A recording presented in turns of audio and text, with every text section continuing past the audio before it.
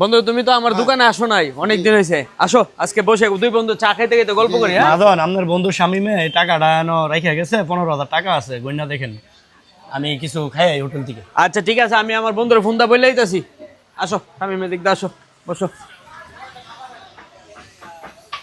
তো আর কি খবর টবর তোমার? এই চা নিয়ে আসতো বলো তো দুইটা। ভালোই আছো? হ্যাঁ যাক, আজকে কিন্তু আমার সাথে অনেকক্ষণ সময় দিবা। হ্যাঁ আরে একটা মিনিট, শামীম ফোন দিছে। হ্যালো শামীম। হ্যাঁ বন্ধু, আরে বন্ধু আমি তো তোমার দোকানে আমার মানি ব্যাগটা ফেলাই দিয়েছি। মানি ব্যাগটার ভিতরে 17,000 টাকা আছে। আচ্ছা আচ্ছা ঠিক আছে, তুমি কোনো টেনশন করো না, তুমি আসো, আইসা নিয়ে যাও, আমার কাছে আছে। হ্যাঁ আচ্ছা আচ্ছা আচ্ছা, আমি আসতেছি। ওকে। আরে জানো না ছেলেটা আসলে কি করে এতগুলো টাকা একসাথে ফেলে দিয়ে যায় নাকি কেউ? দেখি কত আছে। 1 2 3 4 5 6 30। কি ব্যাপার? সে তো বললো 17,000 টাকা, এখানে দিয়ে 15,000 টাকা। আরে ওই যে ছেলেটা টাকাটা দিয়ে গেল, সে তো মনে হয় এখান থেকে 2,000 টাকা মেরে দিছে। আসলে কি কর্মচারী বলবো, আসলে এখন এই যুগে ফকিরনি যখন নিয়ে এসে আছে না, কিছু বিশ্বাস করার মতো কোনো যুগ নাই। আমার কর্মচারীটা এমন হয়ে গেল গা। আপনার কর্মচারীটা আসলে তো বিশ্বাসের কোনো ব্যক্তি না, আজকে তাকে বিশ্বাস করা যাবে না। সে বললো এই আসো, এদিকে আসো তুমি। মাদন সাহেব, আপনি কি আমার ডাকছেন? হ্যাঁ তোরা ডাকছি। আমার বন্ধু শামীম এটার মধ্যে 17,000 টাকা রাখছে মানি ব্যাগটা। তুই 2,000 টাকা নিয়ে 15,000 টাকা আমার কাছে বুঝ দিছ। 2,000 টাকা দে। মাদন, এই কাজ আমার পক্ষে করা সম্ভব না, আমি এই কাজ এই করছি তুই না। মুখ মুখ আবার কথা কস। না, আমি এই কাজ করছি না, তো আমার তুই পক্ষে নিছস? সম্ভব না। না, আমি এই কাজ করছি না। চুপ, কোনো কথা কবি না। আমি আমার পকেট থেকে 2,000 টাকা দিয়ে দিতেছি, ঠিক আছে? মাস শেষে আমি তোর বেতন দিয়ে কেটে এত নেবো। বড় অপবাদ আপনি আমাকে মাদন দিয়েন না। যা কাজ কর যা। চলেন এক নজরে দেখে যাই এখানে কি কি ফার্নিচার পাওয়া যায়। এখানে সব ধরনের অত্যাধুনিক ফার্নিচার, থাই গ্লাস, তারপরে চমৎকার ভাবে ডিজিটাল মেশিনের সাহায্যে সমস্ত কিছু তৈরি করা হয়।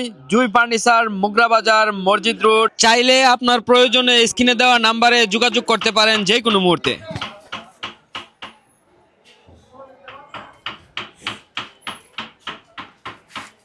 আরে বন্ধু, হ্যাঁ স্বামী কি আসছো? অবস্থা? আরে রাখছি তোমার মানি ব্যাগ, 17,000 টাকা পুরো এখানে আছে। আরে বন্ধু, আমার তো 17,000 না, টাকা হবে 15,000। 2,000 টাকা বাসায় আসার পথে তোমার বাবিরে দিয়ে আসছিলাম। এর তো 15,000 টাকা থাকবে।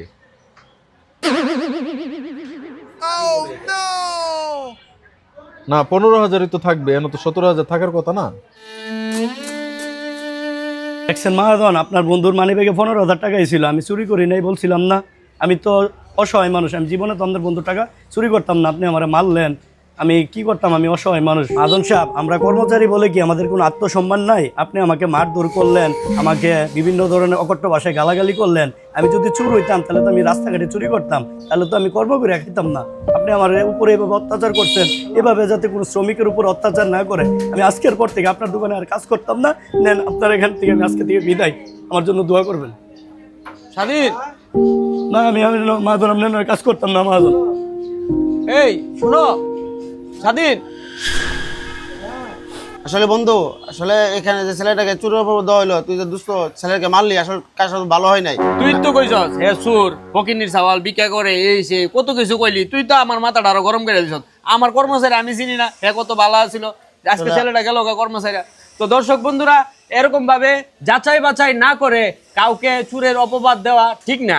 এবং গরিব হইতে পারে, কিন্তু যে কর্ম করে সে কখনো চুরি ছিনতাইতে লিপ্ত থাকে না।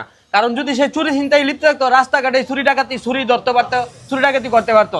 কর্ম করতে আইছে কেন, এটাও আপনার মাথায় রাখবেন। এবং কর্মচারীকে সম্মান দিবেন, সম্মান দিয়ে তাদেরকে আদর, স্নেহ, মমতা দিয়ে সবসময় পাশে রাখবেন। সবাই ভালো থাকবেন, আর আমাদের এই ভিডিওটি বেশি বেশি শেয়ার করে দিবেন।